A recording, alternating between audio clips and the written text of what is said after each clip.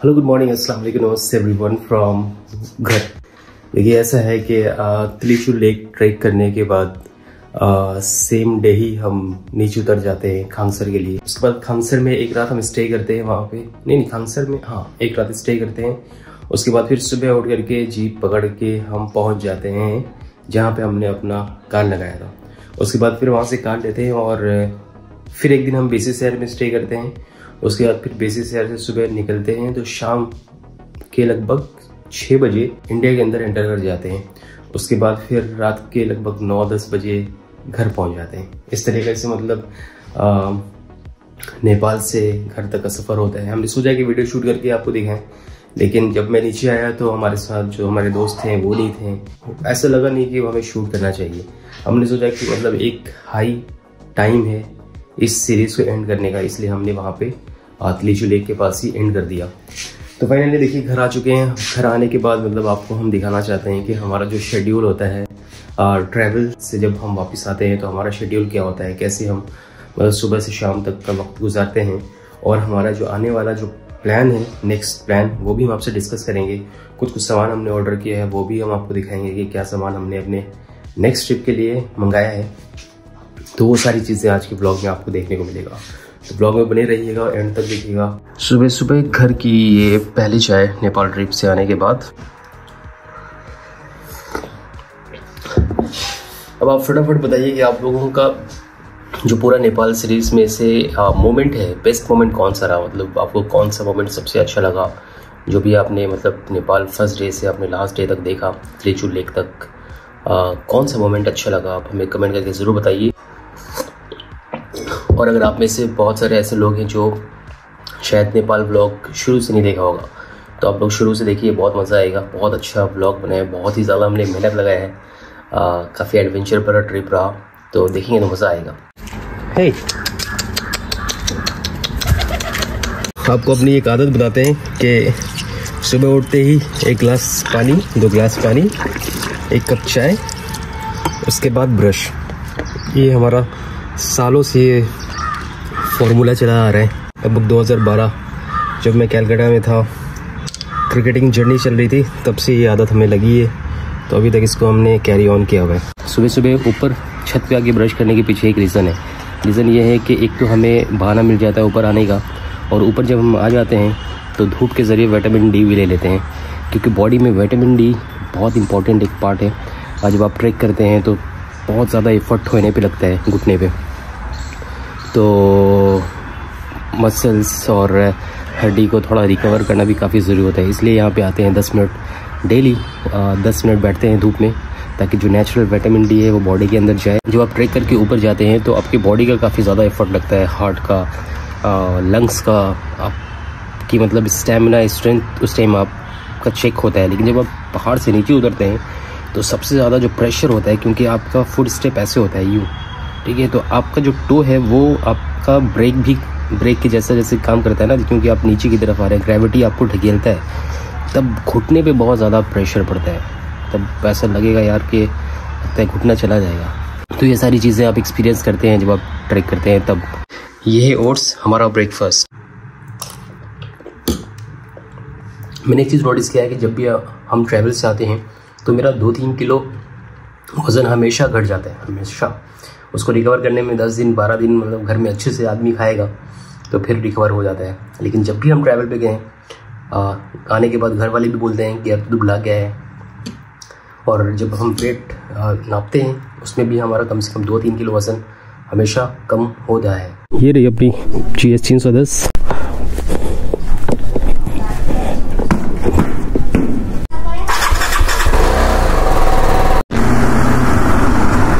नेपाल जो ट्रिप रहा है इस बार हमारा, उससे काफ़ी ज़्यादा इंस्पिरेशन मिला है हमें। बहुत मज़ा आया है इस ट्रिप को करने के बाद। आई होप कि आप लोगों को ये मज़ा आया होगा। कि अब आ रहा है विंटर, स्नो भी पड़ने लग गई है, लेकिन अभी इतने अच्छे तरीके से अभी स्नो नहीं पड़ी है पहाड़ों में। तो हमारा इरादा है इस बार कि विंटर में किसी बढ़िया जगह जाया जाए। आपकी अगर जहन में कोई ऐसी मतलब लोकेशन हो तो बताइए। कश्मीर, हिमाचल, सिक्किम, इन तीनों में से है हमारे पास ये टॉप 3। उसके बाद एक ट्रैक भी है हमारे जहन में, चादर ट्रैक, जो लद्दाख में होता है जनवरी के महीने में, तो वो भी करने का है ऐसा मेरा इरादा। लेकिन देखिए कितना हद तक वो सफल होता है। बहुत भयानक जाम लगा है यहाँ पे। ये एम्स हॉस्पिटल वाला रोड है और यहाँ पे एक चीज़ हमने नोटिस किया है कि ये जो बड़ी बड़ी गाड़ियाँ चलती है ना, इसे इस रोड में बंद करना चाहिए, क्योंकि इसकी वजह से लगता है जाम। और अगर मान लीजिए किसी का इमरजेंसी हालत हो तो एम्बुलेंस से वो कैसे ही आ पाएगा इस तरफ से। हाँ, तो मैं क्या बात कर रहा था कि टॉप लिस्ट में सिक्किम है, कश्मीर है। मैंने इंस्टाग्राम पे पोल भी किया था कल कि विंटर कश्मीर किया जाए क्या। पाजी भी बड़े एक्साइटेड है विंटर कश्मीर के लिए। फिर हमें बाइक से नहीं 4x4 से ही जाना पड़ेगा, क्योंकि चारों तरफ बर्फ की चादरें बिछी होंगी, मजा आएगा। तो पाजी भी देखिए प्लान कर रहे हैं, अगर ऐसा कुछ होता है तो फिर इंशाल्लाह कश्मीर निकलेंगे। बाइक ट्रिप की बात रही तो सिक्किम चले जाएंगे। यहाँ से हमारे घर से लगभग 500 कुछ ऐसा किलोमीटर दूर है। दिन भर का सफर है, सुबह निकलेंगे तो शाम में पहुँच जाएंगे गैंगटॉक। तो वो एक एक्सप्लोर करने की जगह है, वो कर सकते हैं। बाकी आपकी जो भी राय है आप कमेंट में हमें बता सकते हैं। दूसरी बात ये कि आपको भी अगर कुछ ट्रैवल टिप्स चाहिए हो, जैसे भी नेपाल में हमने क्या क्या चीज़ें किया है, कैसे मैनेज किया है, कुछ भी मतलब अगर आपको चाहिए इन्फॉर्मेशन आप हमें कमेंट करके पूछ सकते हैं। इंशाल्लाह हम ज़रूर रिप्लाई करेंगे आपको और बहुत डिटेल्स में बताएंगे। अगर बहुत ज़्यादा हुआ तो एक डिटेल्स वीडियो भी बना देंगे उसके ऊपर।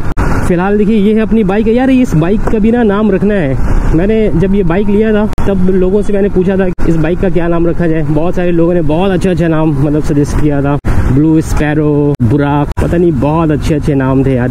जहन में ये देखिए क्या हालत हो रखा है रोड का। जहन में नाम याद नहीं आ रहा है बहुत सारे लोगों का, माफ़ कीजिएगा, लेकिन बहुत लोगों ने बहुत अच्छे नाम के सजेशंस दिए थे। ये मुझे ऐसा लगता है कि हमने इससे लद्दाख सीरीज भी कर लिया है, उमलिंगला हमने फतह किया इस बाइक से। तो ये बाइक डिजर्व करता है कि इसको एक अच्छा सा नाम दिया जाए इसके सलाहियत के मुताबिक। फिर से आप हमें नाम सजेस्ट कीजिए, इस बार नेक्स्ट व्लॉग में हम इसका नाम रख ही देंगे।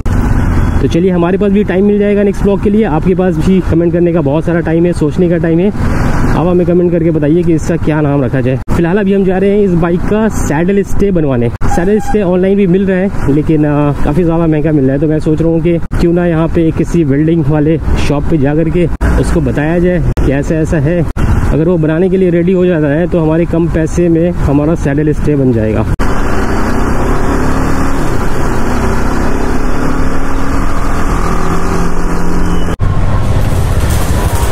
छोटे एक ये बनाना था यार बाइक का, ये होता है ना सैडल स्टे कैरियर जिस पे सामान रखते हैं, वो बनाना है। बन जाएगा। ये बाइक है यहाँ पे दिखा रहे हैं तुमको, डिज़ाइन दिखा रहे हैं, वैसा बना दो। इस वाले लोहा से भारी बन जाएगा। नहीं बहुत भारी हो जाएगा। बन जाएगा लेकिन इसमें छेद कहाँ पे होगा? इसमें छेद होने लायक है, जब उसमें नट टाइट होगा तो इसमें छेद कैसे? इसमें मेरे को लगता है कि ऐसे ये जो है ये जोड़ा हुआ ही है, ये सब है ना, सब जोड़ा हुआ है। हाँ जोड़ा हुआ ही है। अच्छा तो चलो ठीक है, देखते हैं ना। अभी जिस शॉप में गया था उसने बोला कि 1500-1200 तो आपका लग ही जाएगा बनवाने में। दूसरी बात यह कि इतना परफेक्शन के साथ वो काम नहीं हो पाएगा। तो उसके बाद हमें समझ में आ रही है तो बेहतर होगा कि ऑनलाइन ही मंगा लिया जाए। नहीं, हमने सोचा कि एक बार ट्राई करके देखते हैं। अगर मान लो कि 2200 रुपये लग रहे हैं ऑनलाइन, वो इतना सा सैडल स्टे का 600-700 रुपये भी अगर बच जाता है तो हमारे लिए बेहतर रहेगा। नेक्स्ट ट्रिप के लिए थोड़ा बहुत पैसा बचा लेंगे बस, और कोई वो नहीं था। हाँ तो नेक्स्ट ट्रिप इंशाल्लाह 20 दिन या 25 दिन में शुरू हो जाएगा मेरे ख्याल से। और नेक्स्ट ट्रिप जो भी होगा बाइक से होगा। उसके बाद एक विंटर ट्रिप हम करेंगे पाजी के साथ। प्लान हमारा बन रहा है ऐसा कुछ, तो वो होगा 4x4 पाजी की धार से। मज़ा आएगा वो ट्रिप करने में।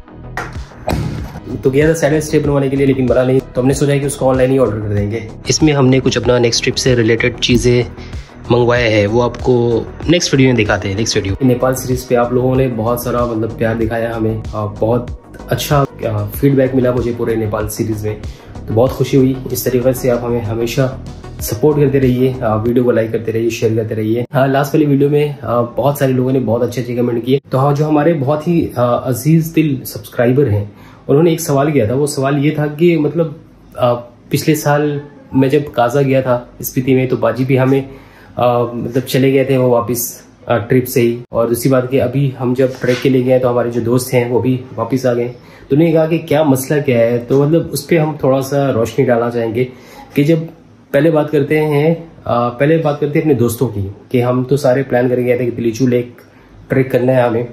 तो हुआ ये कि जो हमारे साथ वकी था उसका क्या था कि यहाँ पे उसने एडमिशन कराया हुआ है एमआईटी में, लॉ की पढ़ाई वो कर रहा है।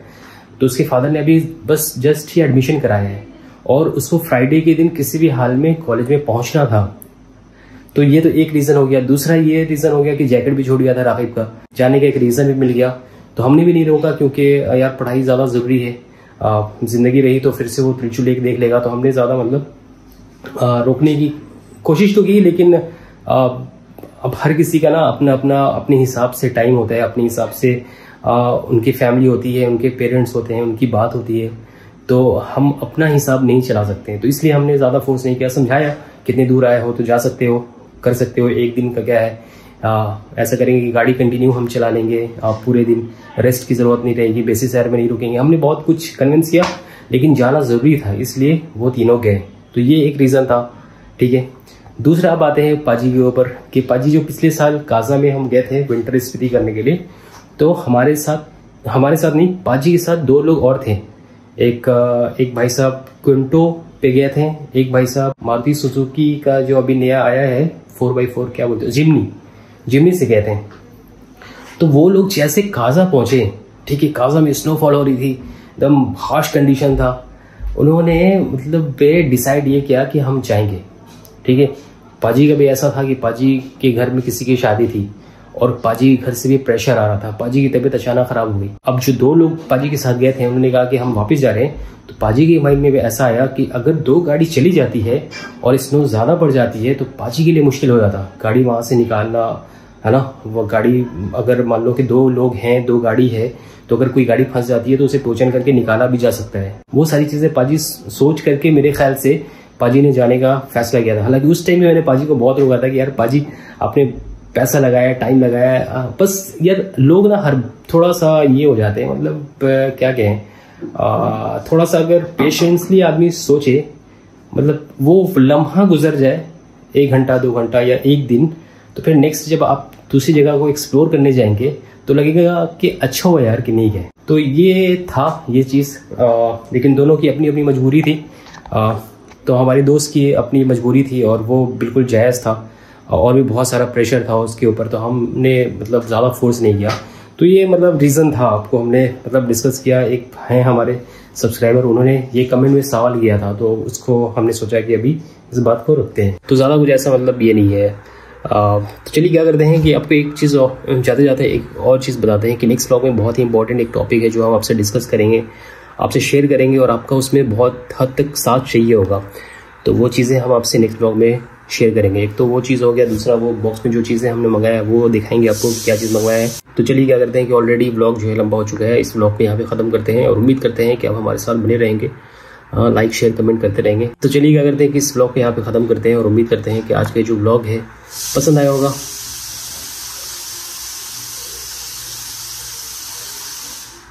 अगर पसंद आया हो तो प्लीज़ लाइक शेयर कमेंट और सब्सक्राइब ज़रूर कीजिएगा। फिर मिलेंगे 3 दिन बाद इंशाल्लाह नेक्स्ट वीडियो में। तब तक अपना ख्याल रखिए, टेक केयर, अल्लाह हाफिज़।